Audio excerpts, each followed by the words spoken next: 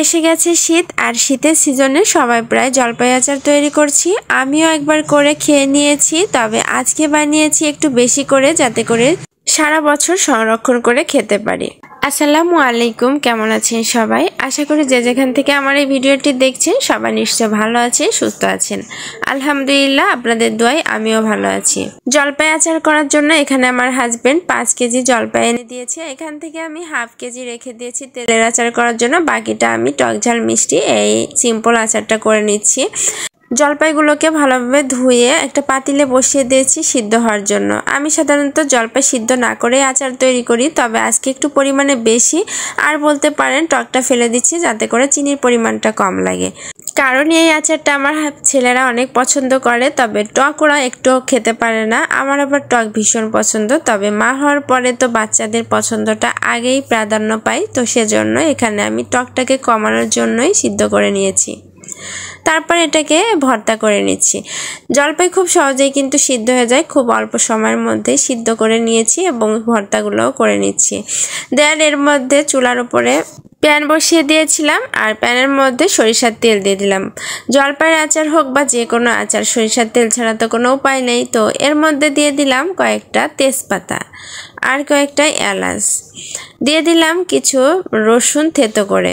রসুন সবসময় থেতো করে দিলেই ভালো হয় আচারের মধ্যে।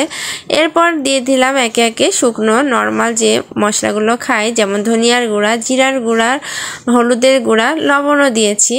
এই মশলাগুলো তেলের মধ্যে দিলে একটা দারুণ ফ্লেভার বের হয়।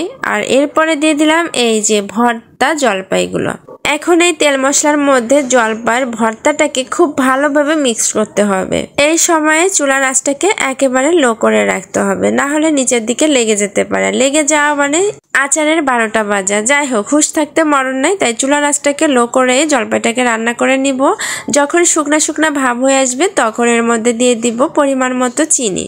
চিনিটা সম্পূর্ণ নিজের ইচ্ছে মতো দিতে হবে। দেন এটাকে খুব ভালোভাবে নেড়ে চেড়ে চিনিটা গলে আসা পর্যন্ত রান্না করতে হবে। চিনিটা গলে যখন পানিটা বের হয়ে আবার শুকিয়ে যাবে তখন দিয়ে দিব ভিনেগার। এখানে আমি 1 কাপের মতো ভিনেগার দিয়েছি।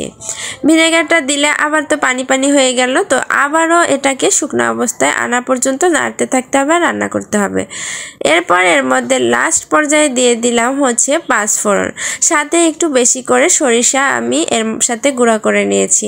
আর একবার বানিয়ে রেখেছি আচারের ঝামেলাতে, আর এই মশলার ঝামেলাটা করা লাগবে না। এটাই হচ্ছে আচারের স্পেশাল মশলা, যে কোনো আচারে এই মশলাটা দিলে অনেক বেশি মজা হয়। এই তো এই পর্যায়ে আচারটা প্রায় রেডি হয়ে গেছে। 2 মিনিটের মতো আর একটু নেড়ে চেড়ে রান্না করে নিব। এই তো আচারটা একেবারে রেডি হয়ে গেছে। এখন একটু সার্ভ করে দেখাচ্ছি আপনাদের।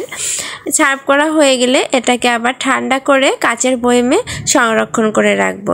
তো আজকের ভিডিওটা কেমন লেগেছে অবশ্যই কমেন্টে জানাবেন, আর আপনারা এই শীতে কোন পদের আচার দিয়েছেন সেটাও জানাবেন। তো আজকের ভিডিওটা এই পর্যন্ত। সবাই ভালো থাকবেন, সুস্থ থাকবেন। আল্লাহ হাফেজ।